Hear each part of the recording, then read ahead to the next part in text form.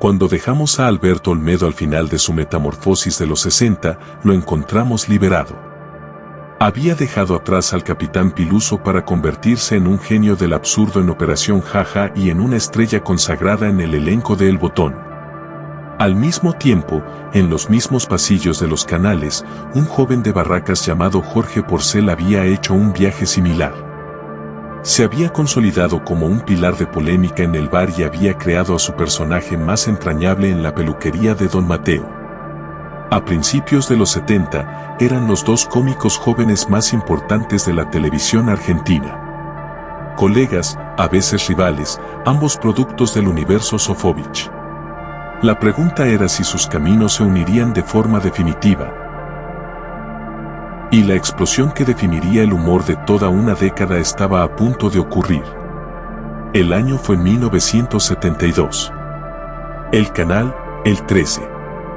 El programa que serviría como el laboratorio para la dupla más grande de la historia se llamó Fresco y Batata. El nombre era una genialidad, Fresco por el pícaro, el vivo, el personaje de Olmedo, y Batata por el torpe, el tímido, el personaje de Porcel. Fue la primera vez que un programa se escribía exclusivamente para ellos dos, para explotar su química. Y la química era innegable. Era un choque de estilos perfecto, la comedia rápida, sutil y de guiños de Olmedo, contra el humor físico, potente y arrollador de Porcel. Fresco y Batata fue un éxito y se convirtió en el ensayo general de lo que vendría.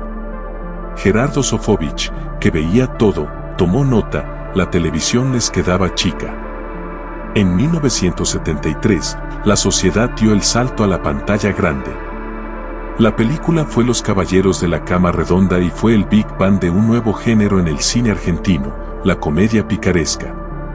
Producidas por el sello Aries y dirigidas mayormente por los hermanos Sofovich, estas películas tenían una fórmula infalible. La trama solía girar en torno a infidelidades, enredos y dobles sentidos. Olmedo y Porcel eran los antihéroes, los tramposos de buen corazón que siempre buscaban conquistar a la mujer del momento.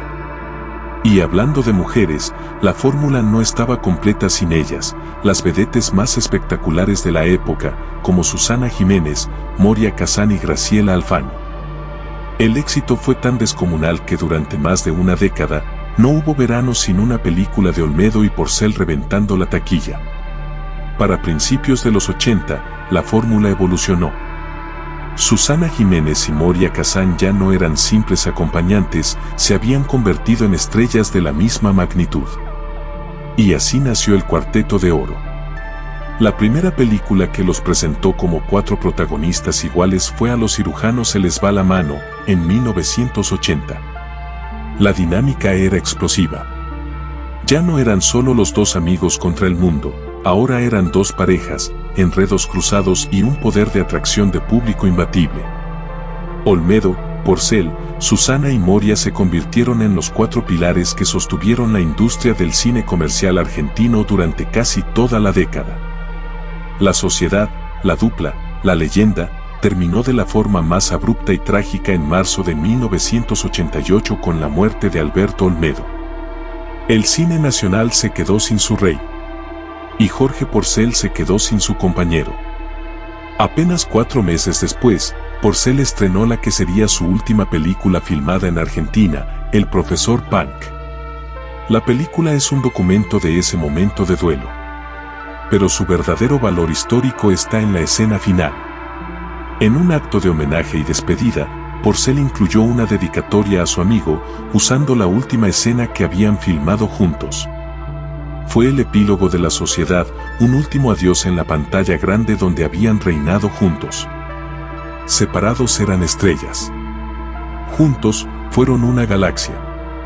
La sociedad de Olmedo y Porcel trascendió la pantalla, se convirtió en un género en sí mismo, en la banda sonora de las risas de toda una generación. Y aunque sus universos personales eran complejos y distintos, en la pantalla crearon uno solo, un universo de comedia picaresca cuyo eco resuena, potente e inmortal, hasta el día de hoy. Pero detrás de la sociedad comercial, estaba la compleja relación humana, y esa, es una historia para nuestro próximo capítulo crossover.